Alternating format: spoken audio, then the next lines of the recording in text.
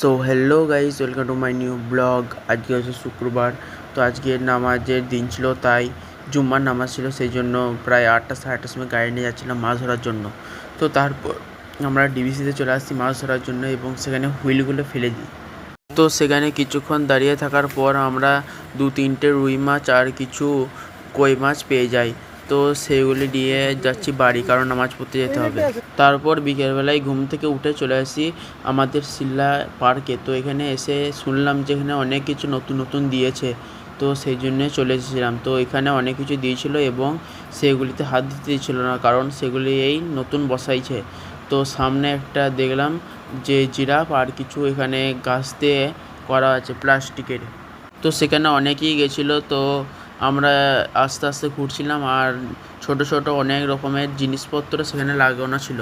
তারপর বিকেল 5:30টার দিকে নদীর ধারে এরকম সুন্দর আবহাওয়া দেখতে পাচ্ছিলাম, কারণ এই সময় সূর্যটি ডুবছিল।